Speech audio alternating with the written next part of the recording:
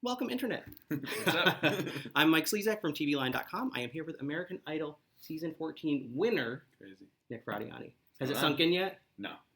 Even did the confetti maybe shower you make here it real? talking to you, this makes it a little more real. But the confetti shower was pretty wild. I watched it back when my friends took videos, and J-Lo even did this cool video that she put up on her Instagram, and I was looking at it, just kind of freaked out. That's me. That's my life. Yeah, right? It doesn't make sense yet. I've got to ask you, you did America's Got Talent previous to this, and did pretty well. Didn't make it all the way. Right. Did you learn anything from that experience? And I'm surprised that you jumped right back into reality singing. I was also very surprised. Okay. I think I remember when we got off the show, I went up to my the first show, America's Got Talent, and I talked to my drummer, and I was like, I will never do a reality singing show ever again. I'm like, it's not what I want to do. And then about 2 months later, I'm auditioning for American Idol, and it was the best decision I ever made in my life, But yeah, it's been a long year of these type of shows for sure. What had you feeling like I'll never do this again, and what changed your mind? I guess that's probably your first reaction to getting eliminated. Right. I'm sure it was more of that, but I wanted to just go back and start writing again. I wanted to just get back in the flow of trying to make it the way we were trying to make it before that, and I was just excited to go back to work. But this opportunity kind of fell in my lap where it was not something I was even planning on doing. My friend was auditioning. She had an executive run through on Skype with the executives, and I was playing the guitar for her because she didn't want to sing a cappella. So I went into her house and played the guitar, and one of the people in there knew me from the other show, and asked if I would sing. I did, and then one thing led to the other, and they said that I can audition if I'd like to, and I said no. And then my mother and father and my friend were like, what are you doing? Like, you got to do this. And I just felt, you feel weird with your band and stuff, but I ended up saying, this is a good opportunity. It's my only opportunity because I was too old after that. Grandpa, as my mother calls me. So I knew I had to do it, and it was, great decision. And what's life like as a musician when you haven't gotten that major label signing? Right. You're playing music. Do you have to supplement it with other jobs? Is it a real struggle? Yeah. How much do you start thinking like, do I have to do something else? Because I know you have your master's in education. Yeah. So I worked. I've been trying to do this full-time music for since I was 18. So I was playing a lot while I was in college, and then I got out of college, and I kind of felt pressured. I just spent all this money, me and my parents, on college, and do I just say, well, I know I got this degree, Mom, but I want to still be I want to still be a musician. So I was working full-time and really doing the other thing full-time. I was really grinding it like crazy, like never would sleep, and then I got another job working in sales. I'm just trying to picture you as a teacher, falling asleep at your desk. You're the one who's on my social media trying to tell people at a show at night, and then telling the kids they can't be on their phones. Right. I'm under my desk like, come to our show tonight. Terrible influence on the children. And but yeah, it was a lot of work. It really was. And it was about 2 months before the show where I quit my full-time job, and because I was kind of coming to the realization I wasn't doing as good as I could in that job or in my music, because I was kind of trying to do both. And I just, I was 28, and I said, well, you know what, let's just give it a shot for a couple years, see what happens. And then 2 months later I got on the show, and it worked out. Bam, it's pretty crazy. Very quickly. It really did. Yeah. Did you learn anything between America's Got Talent and Idol that you did differently, or not really? I had a tough time adjusting to American Idol, to be honest with you. It took me a while. That's why I think nobody considered me ever to be a front runner, because I didn't consider myself to be a front runner, because I was very frustrated with myself. From about top 12 to about top 8, I had this stretch of just boring performances, in my opinion. I couldn't figure out why. My band was calling me up like, dude, you're not acting like yourself. You don't look like yourself. What's the issue? And it just takes me a little while to get acclimated to certain situations, and that's what happened to me there. I'm used to playing at clubs with my band. Everything's, and then now it's like play to the red dot and make that moment and have the connection. And I think I was overthinking it all. Yeah. And you don't even have a band next to you, because they're somewhere else. That has to be disconcerting. A little bit of a disconnect, yeah. And it was a whole different situation for me, but it just finally clicked for me at one point, and then it started to get better as the season progressed. Well, let's talk your Idol process. So you auditioned with your then girlfriend. Mm-hmm. You got through and she did not. Right. On a scale of 1 to Harry and Quentin are fighting, how awkward is it to go through that, and one of you goes through? And Idol loves to do that, brother and sister. I said it to her when we were auditioning. I said, Ariana, we do not want to go in there together, because right when we got there, they're like, do you guys want to audition together? And I was like, nope, nope, I don't want to audition together. And she was like, why not? Like, it'll be cool. I'm like, no, I did the reality show last year. One of us is getting cut. That's all I kept thinking. And she's actually really good. She's very talented. We have an original song up online, and she's a crazy talented songwriter, great singer. And we both actually went into that tryout so burnt out. I was playing in New York. I had a bunch of shows in a row. I played at iHeart at this thing the night before, and I was shot. Going in there, I looked disheveled. I'm like singing. Then everybody's calling me Chris Daughtry because I had a raspy voice. Mm-hmm. I'm like, I'm not Chris Daughtry. And so there's all this stuff going on, and she was in a big cover band, so she played like 5 straight nights. So I think she just caught an unlucky night because I was in Hollywood Week. She should have been to Hollywood Week, like no question about it. So, but yeah, I think it's a good made-for-TV moment, and that's what happened. So I'd say it was along the lines of Harry Quentin. Yeah. You get to Top 24 week, you're kind of flying under the radar, and you pick the Ed Sheeran song. Did you know, I mean, you knew the process a little bit. Were you feeling pressure like, I have to do something to stand out? Because there's so many people, I think if you're middle of the pack in Top 24, you don't get votes. No.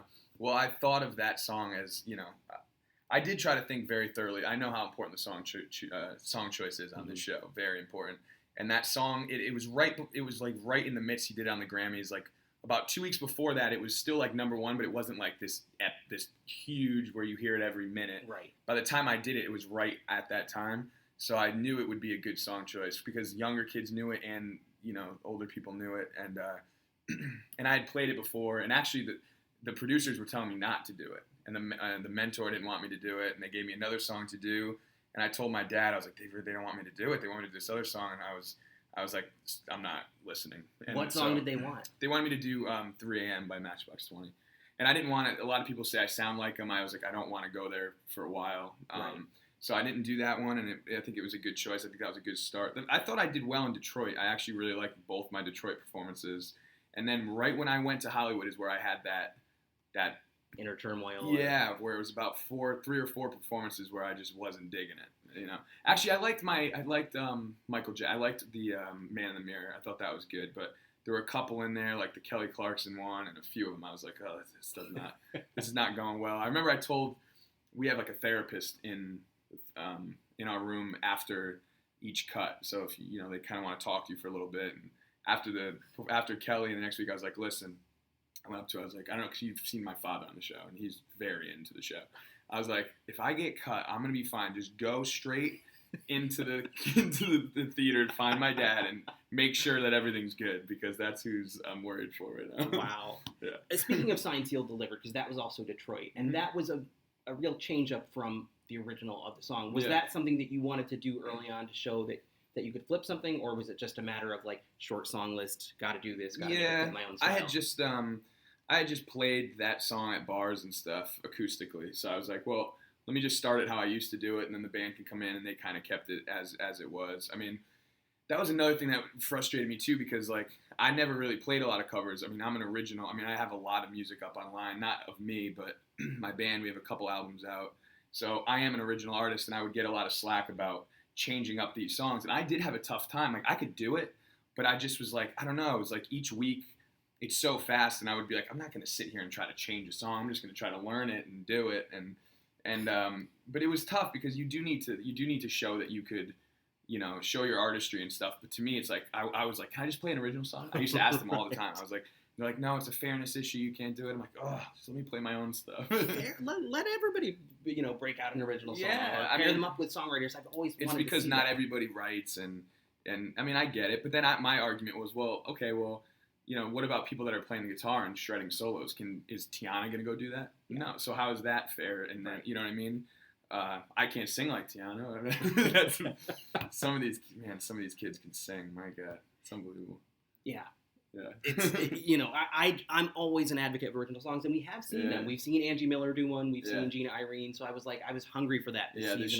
This year they weren't having it. So Idol. We got one more season left. We want original songs next year. Yeah, maybe they'll do it next year. Let's do it. And I know in like top 12, top 11, in your eyes, Wake Me Up, J-Lo especially, and the judges were saying like, open up, break out of your shell. And I think you've referenced that maybe you weren't feeling it. Mm-hmm.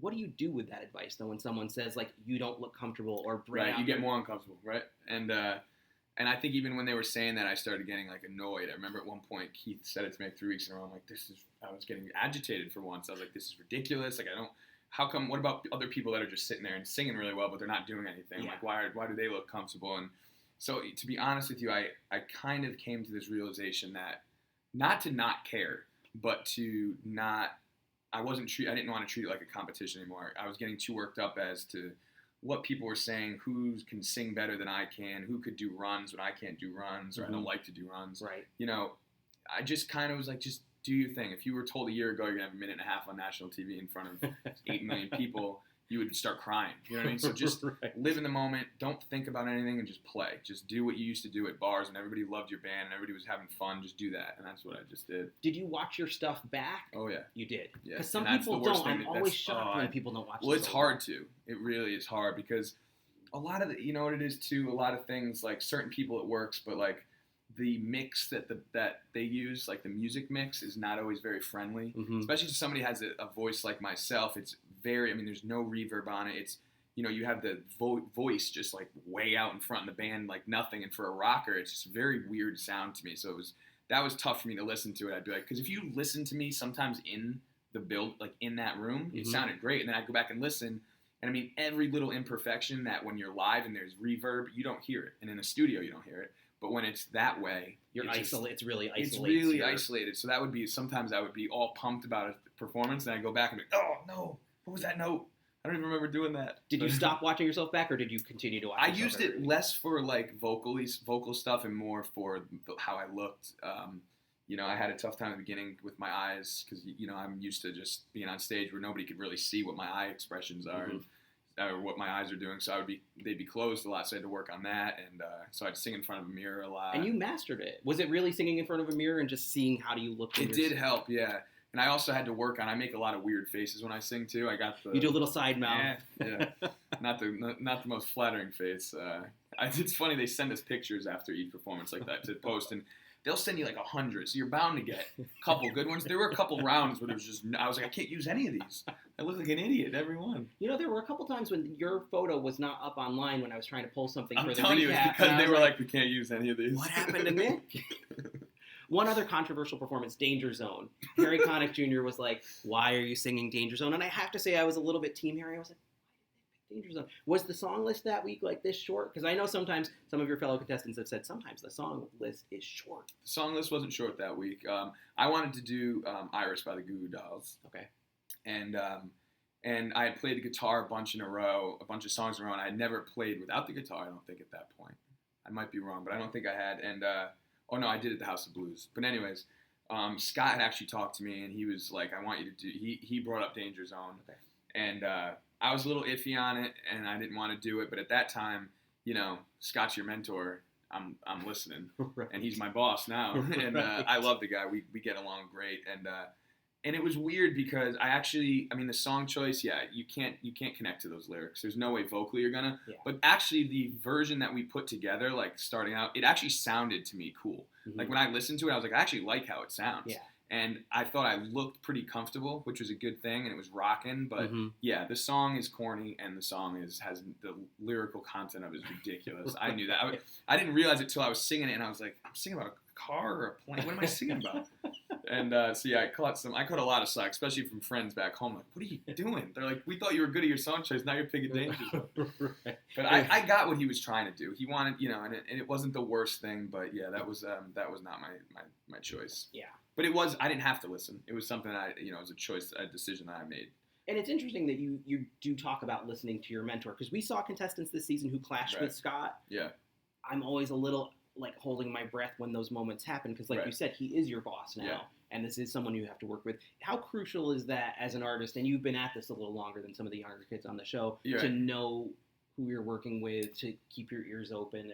And there's got to be the way I try to do it. Like, that was one time where I just went with him, you know, and there were times when I didn't go with him, and I talked with him, and I would always look to not always just be like, no. Right. I'd try to be like, all right, well, let's try this, and let's work with, give me a day, let me think of what you're saying and come back to you with something else. And I think he respected that. We just had a good rapport right off the bat, a working relationship, and you know, I've seen what the guy's done. He's a smart guy. I mean, sometimes, he's got a big personality, and I can, sometimes, but I'm not somebody that is like, it's my way or no way. I like to work with people. I get that I don't know everything, but at the end, I do know myself the best. So there were a couple things that I, ended up going, like for the Ed Sheeran one, for instance, he was, was thinking Matchbox would work better. And I told him, I was like, just trust me on this one. Let me try this. So I think it's just the way you approach it. Right.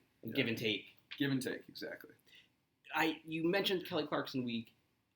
Watching your interview package with her, and she says, "This is my most vocally challenging song in my songbook."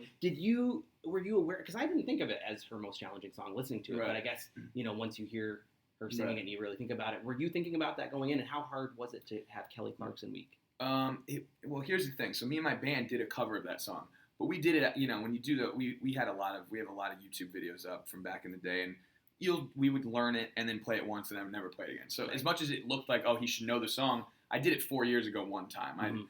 But in my head, it was like, that's the song I'm going to do. I know it. Why would I think about any other song? I probably should have looked into her catalog a little more, because that was a difficult one. But it was what I did. I don't know if you noticed it. I butchered the words. So I sang the chorus all wrong. Oh, boy. But you can't tell because I'm great. Yeah, I did not notice that. Nobody calls it out. I also butchered him on another song. What song did I forget all the words to? I can't remember. I had to think. But I forgot all the words, but I could fake it great. I'm like, I have a real skill. Talent, for that. And I'm singing the national anthem though in a week, so I can't do that one. Don't let that happen. I will not make up words to the anthem.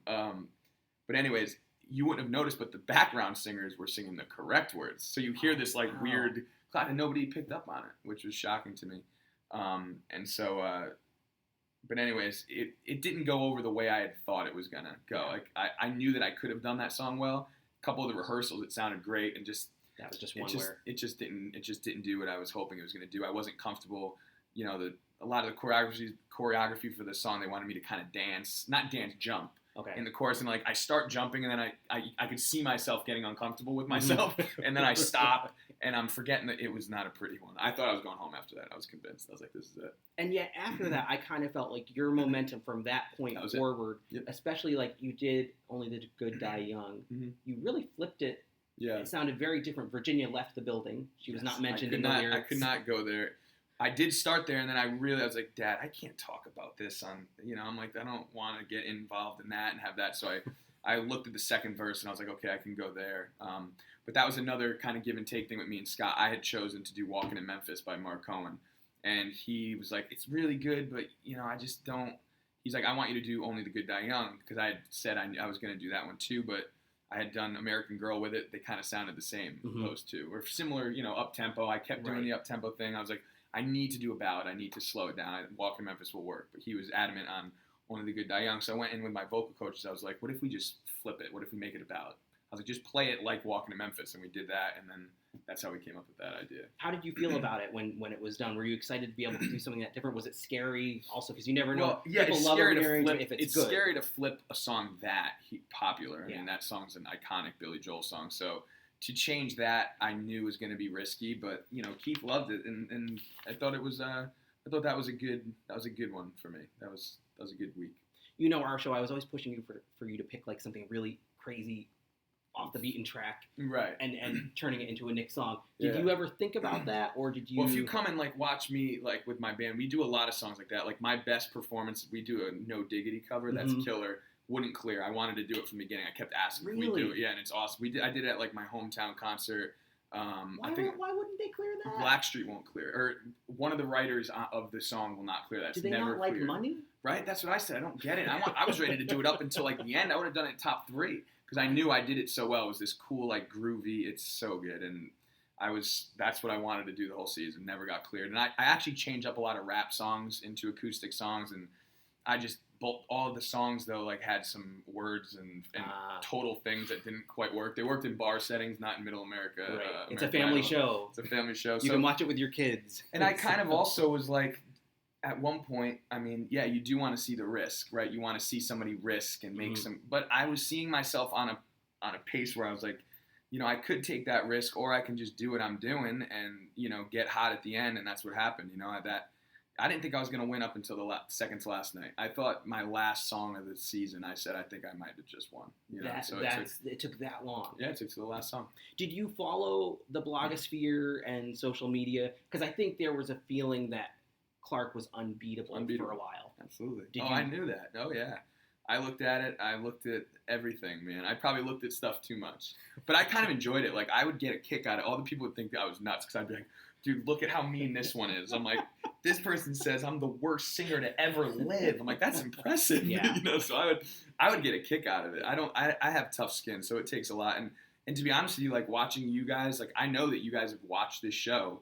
You know, you've been involved since season 6. I mean, you guys know what you're talking about. It was cool to see Melinda's point of view as somebody on the show, as well as you, who was just a viewer of, you know, and like what you like. So I thought it was actually important to kind of take a look at that.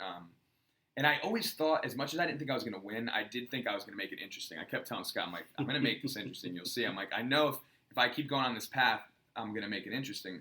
I knew winning was going to be tough, but, you know, everything just fell into place. And, you know, I knew I wasn't the best singer. I knew I wasn't going to out-sing Clark. That wasn't going to happen. Not many people can. I wasn't going to out-sing Rayvon. I wasn't going to out-sing Tiana. But if you looked at everything as a whole, that's why I wanted to show my original music. I always consider myself to be a songwriter. Singing I knew I was good. You know, I was consistent. I'm not, you know, I mean, I sound really good in the studio. I'm not pitchy, you know, but I'm not going to have these crazy holding out notes for 10 minutes, seconds. Style. It's just not my style or my genre. And, you know, but I knew that I had something that people were going to hopefully grab onto and see my personality and see what they would see in the future as a long-term artist. Once they start hearing your music. Exactly. Yeah. Because, you know, you could be the greatest singer. It doesn't mean you're going to sell. You know what I mean? And I really felt like if people looked at it that way and looked at it as a whole package, that I had a good shot. And your last few weeks on the show were really great. I thought Bright Lights in Top 4 week was I thought that was you just came to life in a way. I was like, this guy is excited to be here. And I hate when people say after a bad performance, well, at least I had fun. But if you're having fun and it translates to the audience and people get excited, and somehow that really started to happen for you in a big way. Was Bright Lights? That was my favorite. That was my favorite performance. I felt. I mean, and again, it was. You know, people were like, well, of course it's best. He sounds like Rob Thomas, so it's gonna be easy. But I didn't care at that point. I was like, the song's good. I'm not gonna change it because I love the song and whatever. If you sound like him a little, I still put my own little twist on some of the melodies, and I had so much fun. The band crushed it, and that was the most fun I had. And then the Rascal Flatts one that week went over really well too. You know, I'm a huge country fan, and I picked that song literally last second. You know how it looked? It looked like it was made for TV. Like, here's the Rascal Flatts guy. I swear to God, I went to Scott in the after. I was the only one that didn't have their song picked. This was your gravy song, too. Right. I had no gravy. I had played some of my gravy songs already, and every song I kept bringing to the executives, they don't say no to you. They cannot say no. You cannot do that as long as it clears. But when you get the whole room like, we don't think this is a good one for you, man. And even if I do, then but I was kind of iffy on some of them, and I don't know. I heard that song and I was like, well, it's not my gravy song, but it's a really good song. And why not just, you know, it's an emotional song. I'm connecting to it on a certain level. And I went up to Scott. I was like, what about this? What about Rascal? And he smirked at me because he already knew that Jay was my mentor. And I was like, that's why is he looking at me like that? He's like, yes, that's the song. So wow. Okay. And then I walked in and that was him. I swear. I almost felt like the gravy song should have been the other song. So it's interesting to hear you say you liked it. It was completely supposed to be the other song, but what happened was Bright Lights was on the list for the judges one, and that judge list was small. Okay. Judge's hometown. So I was like, I got to go with that because the gravy one's going to be easier to pick. You know what I mean? But interesting. Yeah. Let's talk about Beautiful Life, because to me, one of the best Idol singles, and sometimes Idol singles are not so good. Yeah. I'm not going to mention No Boundaries or a couple of the other songs, but sometimes they're really bad. Right. Knowing that you're going into the finale, you've made top 3. You don't know if you're going to be performing it or not, but how scary was it? We didn't know that either till 2 hours before the show. We all thought we were singing all 3 songs. Did you? Yeah, I saw you tweeting that, and I was like, I don't think Nick is right. I guess I wasn't. What a nightmare. Yeah, that stunk. I was pretty bummed about that, especially because I knew that I had a chance of going home that week. I mean, it was the Clark and Jax show for a lot of the weeks there, so I knew I was considered an underdog, and I also knew that if I sang that song, because in rehearsals when I did it, I was like, wow, like this song fits me so well, and it was just big, and I was like, if I sing this song, I'm in good shape. I might actually do this. So that was my biggest worry. I was like, oh, I just want to sing this song. Like, I hope I, can get through. And I did. And, it was awesome. It fit me really well. And I lucked out. Like you said, it was a song that sounded like me. Like, if you listen to my band stuff, it sounded like my band. It really did. It was a little bigger. We didn't have like anthem. That song's like an anthem. He wrote an anthem, and it's Chris Carrabba who wrote it from Dashboard Confessional, who I'm a big fan of, and he actually sang on the demo. When I first heard it, I was like, "Is that Dashboard?" And they're like, "Yeah, he wrote the song." When did you first hear it? Like how far back? Right before, after I made it from 4 to 3, they bring you up to a room right before you go to press. And they're like, here's your single, take a listen. And your heart's like, oh God, please don't be terrible. Please don't ruin my career. I'm not joking, dude. Right when it started, here's how I listened to it because I was so scared. I was like, all right, do it. Go ahead. And then I heard it and I loved it. Did you know from the first listen? I did. I didn't know from the first listen because I was so stressed. We had just gotten off the stage. So I listened to it and I was like, oh, I like it. And I was like, can you guys send it to me? And they sent it to me. And then I went back to my hotel room and listened to it. And I think I listened to it twice. Took my guitar out, knew the key, and I figured it out in like 10 minutes. Not like the words. It's just like right away. I just knew it all. That's a good sign. Yeah. I knew the melodies. I was like, this song's really good. But I was a little worried I wouldn't be able to sing it because he has a crazy high voice, and the notes I'm hitting in that song are like the peak of my range in the studio. So I dropped it in the live version. I dropped it a full step down into E major, and it ended up feeling perfect live, and it didn't lose any of it by bringing it down. And when you pumped your fist as you hit that first chorus, I was like, oh my God, he's gonna win. Did you feel like I'm actually winning in this second? I felt it in the rehearsals. I said to myself, if I do this song, I'm gonna win. I really thought that. And then, but I still never let myself think that too much. Like, I think you could see in my face, I was genuinely just overwhelmed and shocked because, it was insane. I never thought it, I never let myself think that it was a possibility. I just wanted, the one thing I kept telling myself was whenever you get kicked off, that last thing you do better be killer. Leave on. Because the worst thing would be, I would have been okay getting eliminated. I would have been bummed. It would have stunk, but I would have been more bummed if what I left on was not good. You know what I mean? So I just wanted to go out on a high note every time. That was my goal towards the end there. Last question for you. Yes, sir. You've been in this business a while. You're 29, grandpa, which is an insane thing to say. Like, I should just be euthanized if that's the case. But how do you take this opportunity and make a success of it? Because we know it's not a guarantee. You won Idol. It means it can be a great launching pad. It's a great platform, what it is. But sometimes it's not. It's an amazing platform. They put you in a great position. But beyond that, it's, if you don't have a good album, you're forgotten about. I mean, it's plain and simple. I think this year, compared to the last few years, I've lucked out by being a winner. Big Machine is going all in right now. I mean, I looked at my schedule, and it's going to be hard to forget about me for a couple months because they have me booked up crazy before the tour, and then I have the tour, and then the album will be out, and then who knows what Scott will have me doing after that. So I think, I lucked out with the song. I think the song is going to be good. It's the World Cup picked it up as its song. It's done really well on iTunes already. It's already done really well on iTunes, and that's without, we're going to start pushing it to radio soon, so that's just from the show, and it's still, it peaked at number 2, and it's still in the top 30, I think, on pop charts, so it's still there, and I think it's going to pick up as time goes along, actually, and, I'm ready to go to work, man. I've been wanting to do this for a long time, and I think that I've always said if I had the right team around me and the right co-writers with me that I can do something big, and I'm going to do that. It's going to be cool. Are they open, do you think, to your music and to your songwriting? Yeah, they actually, my Beach Avenue song, like this song Coming Your Way, was actually charted on iTunes before all this happened, and it's a strong song, and, Scott had talked about, we're not sure what we're going to do with some of these songs yet, if we want to maybe, because my album is going to be, you could pre-order on Pledge Music right now, bigmachinemusic.com/idol. You could pre-order the album, and there's all these different packages, so we're thinking about maybe putting those songs as like a bonus thing, that's in the works, and it's also not off limits to maybe use some of the songs on the album as well. So we're kind of, the big thing I want to do is just be involved in a lot of the co-writing. If they can put me with some big co-writers, that could be great. I've done a lot of co-writes, but I'm also not somebody that is going to be, if they put a song and say, Nick, this is a hit song. If it's a hit song, I'm going to sing it.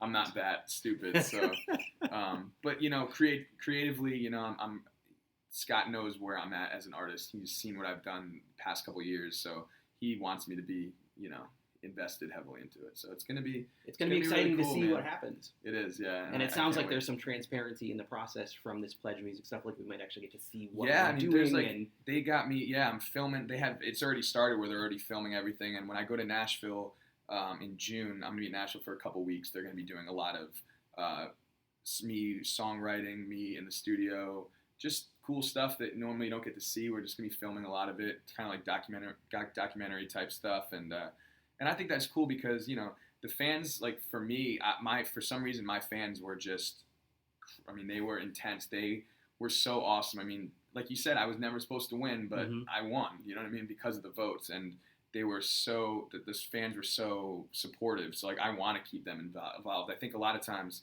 when you win or you get off, you can't just, because of course everybody on the show is going to be responding to everybody and wanting to get the votes. Yeah. But I think it's so important to not lose that, because when the show's over, you could lose a lot of fans because a lot of people are following the show more than you. So I just feel like I want to stay connected to these people that have, gotten me to this position. I'm not there without them, So. Well, best of luck to you. Thanks for coming Awesome in today. seeing you, Michael. We are going to hit the stop button and look out for Nick on tour this summer. Yes.